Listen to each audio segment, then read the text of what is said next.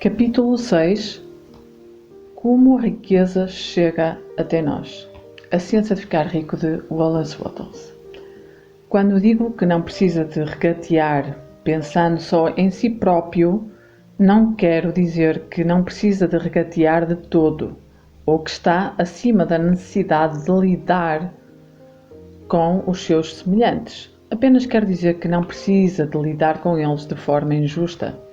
Não tem de dar alguma coisa em troco de nada, mas pode dar ao outro mais do que leva dele.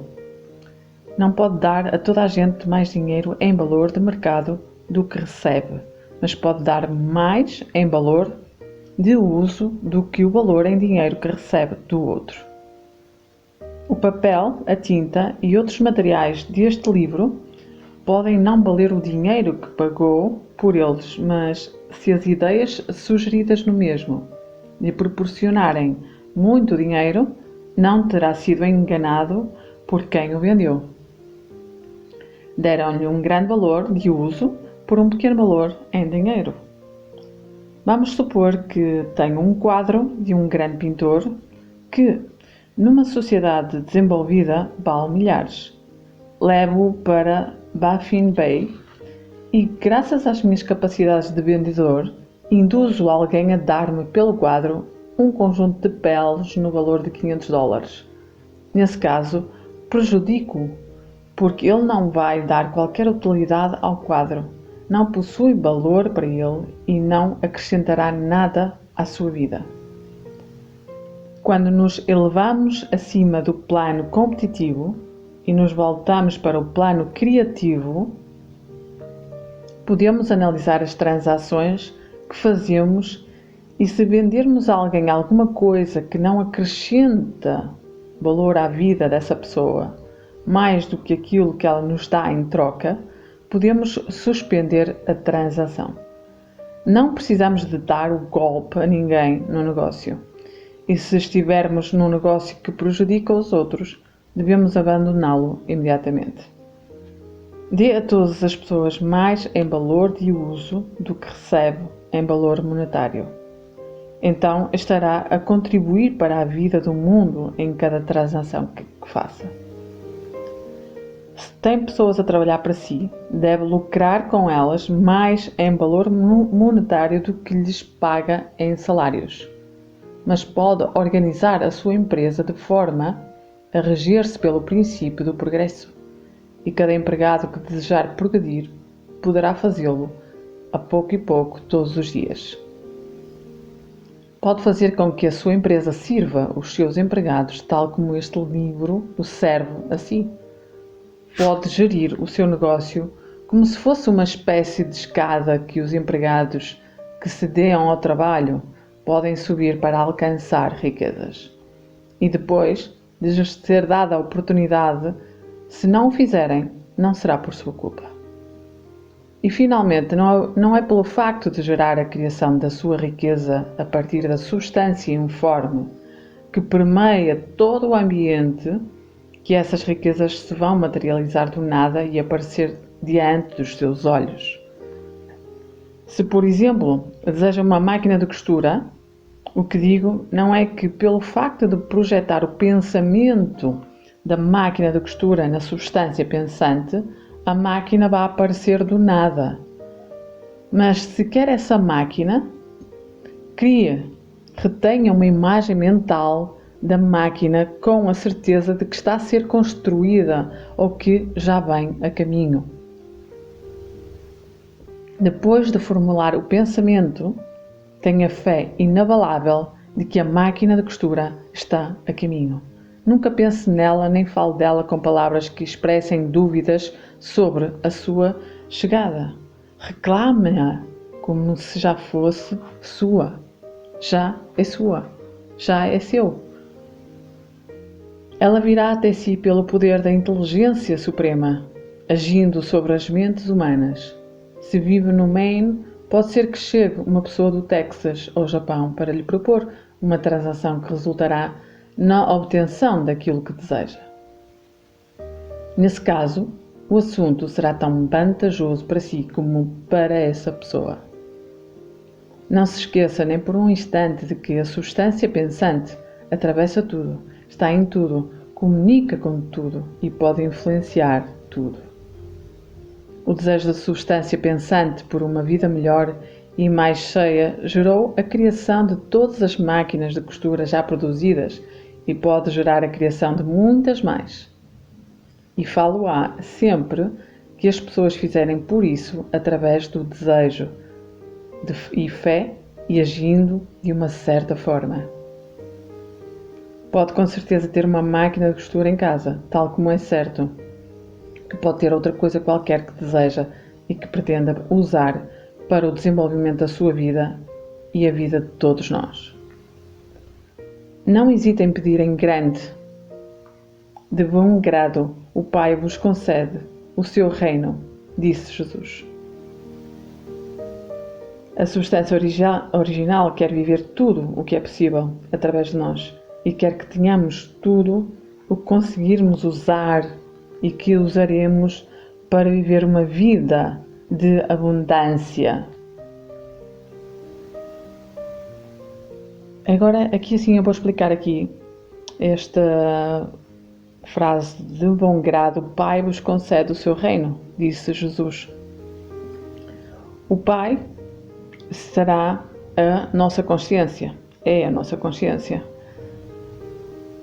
Jesus é o nosso mago interior, né? Aquele que concede os desejos. Né? Então a frase diz: de bom grado o Pai, né? A vossa consciência, aquilo que vocês retêm no pensamento, na consciência, vos concede o seu reino. O que é o reino? Aquilo que se mantém no pensamento, na consciência, que é projetado ao universo, à substância informe. Se ensinar à sua consciência que o seu desejo pela posse de riquezas e o desejo do poder supremo por uma manifestação total são um só e o mesmo desejo, a sua fé tornar-se-á invencível. Uma vez vi um rapazinho sentado ao piano e a tentar em vão criar uma harmonia com as teclas. Vi que estava triste e aborrecido com a sua falta de capacidade de tocar uma música a sério. Perguntei qual a causa da sua mágoa e ele respondeu: consigo sentir a música em mim, mas não consigo que as minhas mãos toquem como deve ser. A música nele era a urgência da substância original, contendo todas as possibilidades de toda a vida. Tudo o que há de música procurava manifestar-se através da criança. Deus, a substância una, tenta viver e fazer e desfrutar das coisas através da humanidade.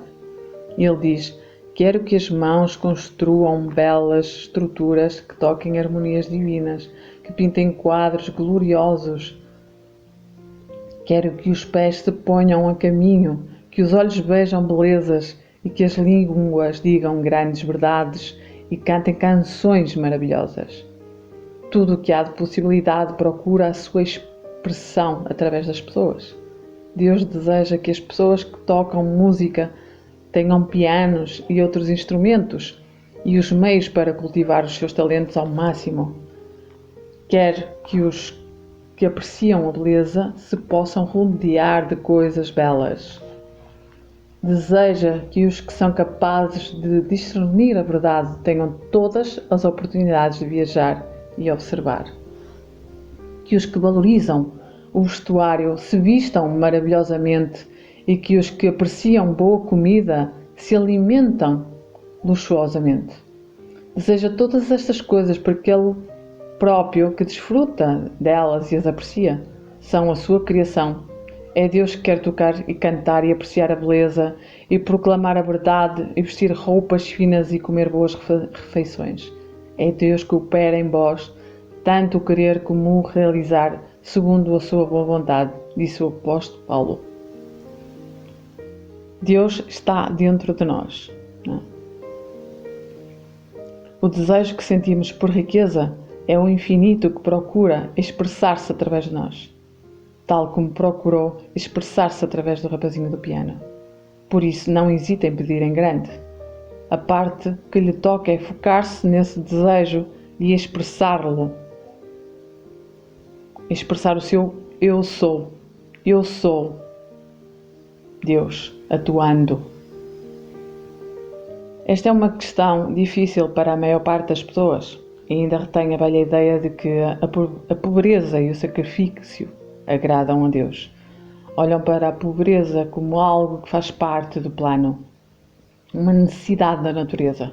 Acham que Deus acabou a sua obra e fez tudo o que podia fazer e que a maioria das pessoas deve ser pobre porque não há abundância suficiente para todos. Acreditam de tal forma neste pensamento errado que têm vergonha de pedir riqueza. Tentam não desejar mais do que uma modesta aptidão, o suficiente para lhes dar o conforto.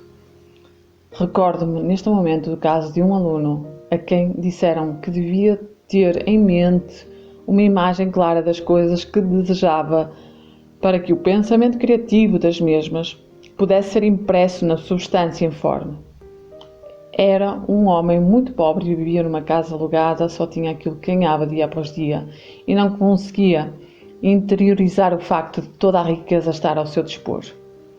Depois de pensar sobre o assunto, decidiu que seria razoável pedir um tapete novo para o chão do seu melhor quarto e uma salamandra para aquecer a casa durante o inverno gelado.